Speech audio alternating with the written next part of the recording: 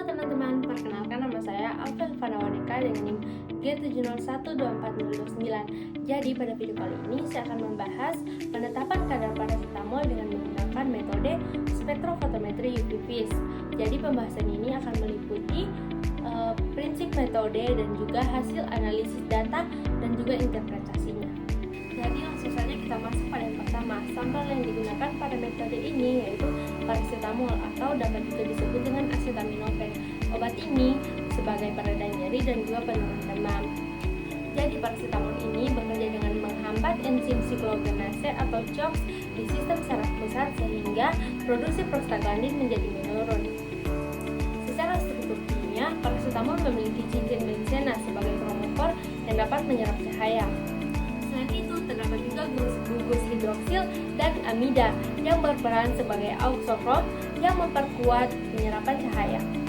Paracetamol memiliki panjang gelombang maksimum 243 nanometer, sehingga paracetamol ini sangat cocok untuk dianalisis dengan metode spektrofotometri UV-Vis.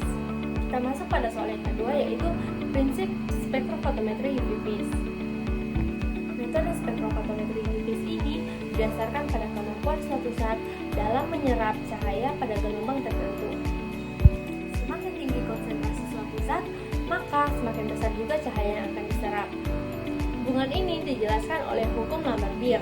A sama dengan epsilon BC, di mana A adalah absorbansi, epsilon adalah koefisien absorptivitas, B adalah panjang lintasan, dan juga C adalah konsentrasi.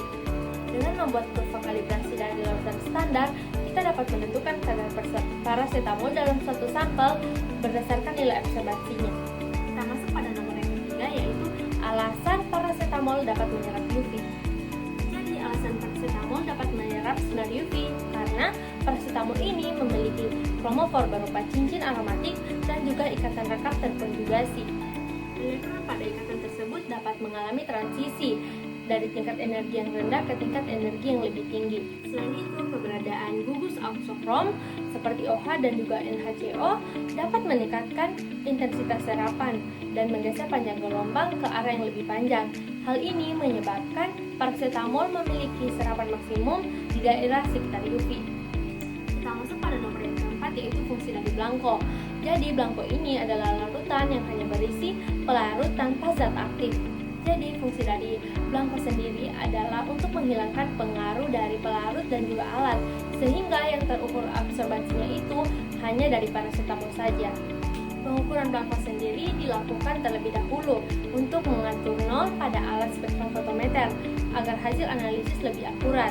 Kita masuk pada poin yang kelima yang terakhir, yaitu interpretasi hasil.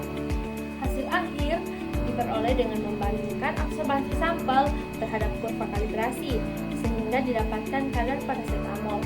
Menurut standar, kadar paracetamol harus berada dalam rentang 95 hingga 105%. Jika berada dalam rentang tersebut, maka sampel ini memenuhi syarat.